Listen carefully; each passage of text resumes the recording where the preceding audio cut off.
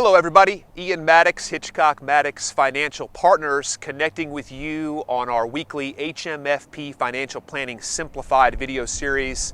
We're actually running a couple of days behind our normal schedule as we went into the Easter weekend. I had some scheduling conflicts, but glad you're with us today. And speaking of that, hope you had a wonderful Easter. It is a beautiful spring day in Trussville, Alabama, and I wanted to go ahead and re-engage and pick up where we left off last week, covering a couple of different subjects today. First of all, just kind of connecting on the economy and markets, where we are in regards or in light of COVID-19. A little bit of an update on the CARES Act, specifically SBA loan processing.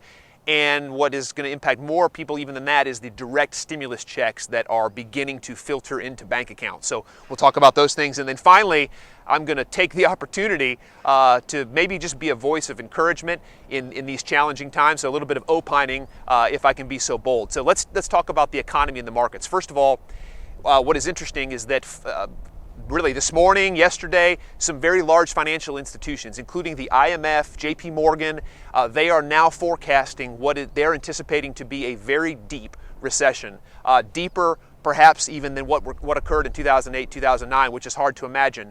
They don't think it's going to last as long.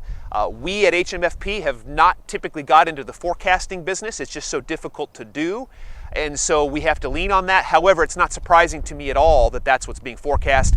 It's just logical when you have unemployment the way it has come in the last 3 weeks and will continue to rise, that's not going to have a significant impact on the economy as a whole. So just be prepared for that.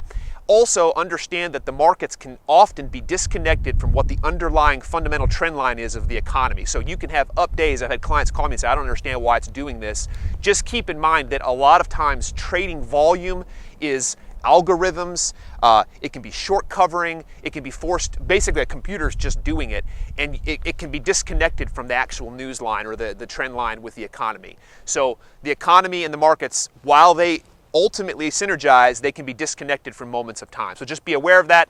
Also, I think it's very important for you to not, or to attempt to not make financial decisions rashly based on emotion.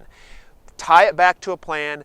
Talk to the people that you trust that help you with your financial decisions, whether that's an advisor, an accountant, an attorney, I don't know, whoever that person is. Filter that back through somebody. Don't just make rash decisions because those don't normally net positive results. Now, the CARES Act. I've had a number of conversations with some small business owners. I think the SBA loan process has been wrought with challenges, continues to be wrought with challenges. And I guess all I can say is just be patient with it. I know the government's working hard.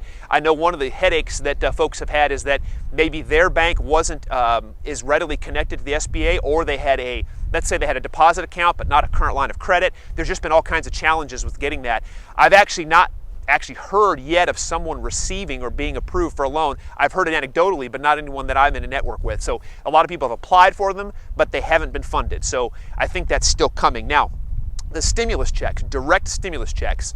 I have heard also that even maybe yesterday that checks are starting to filter into bank accounts. This is going to be something that's going to take place over probably the next 3, 4, 5 weeks. And there is something helpful the government is launching on the IRS website this Friday. I think the name of it is the Get My Payment app. So this Friday, the 17th, go ahead and log in. You can pull up the IRS website, and that will help you to track where your specific payment is. As I mentioned last week, if you didn't file in 18 or 19, there's going to be an application process for you to get in the system. If you are not in the system, don't expect a check to be coming into your bank account, okay? Either in the form of a paper check or direct deposit. So that's something to be aware of. Now, most importantly, and I'm not the first person to mention this, I think Dave Ramsey has mentioned this, several people have mentioned this. Understand that just because your rent or your mortgage or your utility bills are being postponed or deferred, or there's a term being used called forbearance, that doesn't make that debt go away, okay? That debt is not going to go away. It may accumulate on the books and then come due a month or 2 or 3 from now. So when you get this stimulus check, I am encouraging you, almost urging you, to take care of those most important debts first and foremost. Pay your taxes, pay your mortgage, pay your, whatever it is, pay your utilities, because at some point that's going to circle back and you're still going to owe them. Now, let me close out with a positive message. Everybody is dealing with this situation or this series of events differently. Some people are fearful. Some people are angry. Some people are seeking to connect this to some broad conspiracy. And some people are wanting the opposite of that, for the government to do more than they already are. My encouragement, because it is the best thing for our community as a whole, for our own personal well-being, our immune systems, be patient with yourself and be patient with others. COVID-19 is causing our nation to ask questions that simply don't have good answers. We don't have enough data yet. Give it some time. There's lots of people working on this. Just be calm, be patient with yourself, and be patient with others. Until next time, Ian Maddox, HMFP.